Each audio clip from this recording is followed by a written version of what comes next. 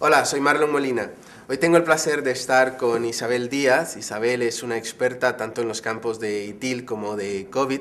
Isabel es miembro de la Junta de Gobierno del ITSMF en España, es Service Manager de ITIL y en el campo de COVID es miembro de ISACA y también es una instructora certificada de COVID. Isabel, muchas gracias por estar con nosotros hoy. ¿Qué tal? ¿Cómo estás? Muy bien. Isabel, las organizaciones están pensando en ITIL y están pensando en COVID. ¿Cómo crees que están empezando? ¿Por cuál de ellas? Bueno, eso va a depender de quién esté tirando dentro de la organización, porque normalmente ITIL viene de la mano de la dirección de TI, mientras que COVID generalmente viene de la mano de los auditores. Si la organización es una organización que está siendo auditada, que tiene que presentar estados financieros al gobierno y tiene que justificar, tiene que tener acreditada sus mecanismos de control interno para asegurar que estamos evitando fraudes o la posibilidad de que existan fraudes dentro de la organización, pues en esa organización se implementará COVID. Isabel, dentro de una organización que ya ha trabajado con ITIL, que lleva años trabajando con ITIL, que ha implantado algunos de los procesos de ITIL y ahora entiende que COVID es su siguiente paso, ¿cómo hace esa integración? ¿Cómo es ese paso entre ITIL hacia COVID? Bueno, yo creo que es sencillo porque todos los procesos que están involucrados en ITIL son parte de los procesos de COVID. Son una parte, ¿no? Los procesos de ITIL en versión 2, porque bueno, luego hablaremos en lo que es versión 3, los procesos de versión 2 están incorporados dentro de COVID, en distintos dominios, pero están todos, absolutamente todos, incorporados dentro de COVID. Obviamente la organización tendrá que implementar los otros procesos que existen en el resto de los 4 dominios de COVID, como por ejemplo el establecimiento de una estrategia, el establecimiento de una metodología o asumir una forma en cómo gestionar los proyectos, porque bueno, COVID obliga a la organización o determina que es una buena práctica gestionar la organización a través de proyectos y la empresa va a tener que seleccionar una metodología respecto de ello, un conjunto de buenas prácticas, como así también otros procesos que deben, como por ejemplo la gestión de proveedores. La gestión de proveedores no es un proceso que lo encontremos dentro de ITIL V2,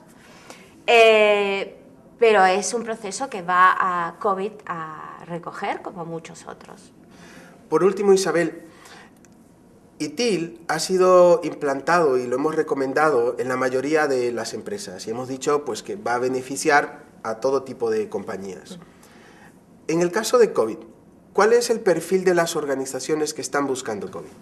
Bueno, es que en versión 3 ya podemos decir en cierta forma que hay gobierno de TI. Bueno, COVID es un mecanismo para introducir gobierno de TI. ¿Qué quiere decir gobierno de TI? Bueno, pues que la organización TI va a apoyar a la empresa para la consecución de sus objetivos. Tiene que darle un soporte total y absoluto para que la organización pueda cumplir con esos objetivos.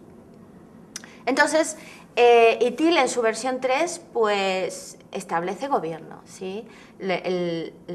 Los procesos y el ciclo de vida de los servicios pues incorpora ya lo necesario para poder incluir gobierno de TI.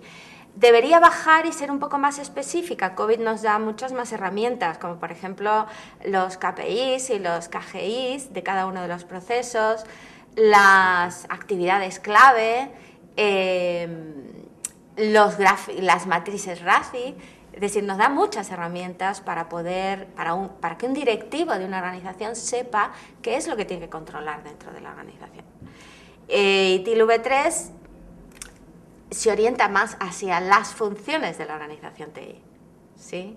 Entonces, bueno, ahí hay una diferencia establecida, pero en general podemos decir que ITIL V3 puede dar gobierno de TI a la organización y COVID, por supuesto, es un marco para implementar gobierno de TI. Muy bien. por lo general nosotros hemos recomendado ITIL para todo tipo de organización. Cualquier organización requiere de ITIL, puede utilizar ITIL, puede aprovechar ITIL. ¿Qué hay respecto de COVID? ¿Cuál es el perfil de las organizaciones que buscan implantar COVID? Bueno, por lo general, las organizaciones que implementan COVID son aquellas que cotizan en bolsa, por ejemplo, porque pues las auditorías que tienen los obligan a, digamos, COVID, como he dicho antes, viene generalmente de la mano de los auditores. Y COVID está totalmente estructurado como para que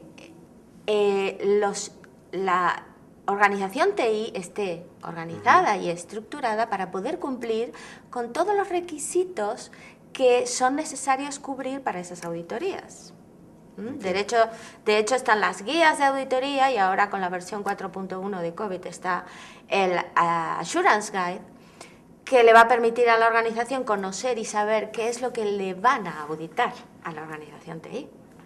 Con lo cual, bueno, las organizaciones que acogen COVID generalmente son organizaciones que cotizan en bolsa, organizaciones grandes que tienen auditorías externas, ese tipo de organizaciones. Muy bien. Pues Isabel, muchísimas gracias por estar con nosotros y seguiremos leyendo tu blog. Ya vale, gracias.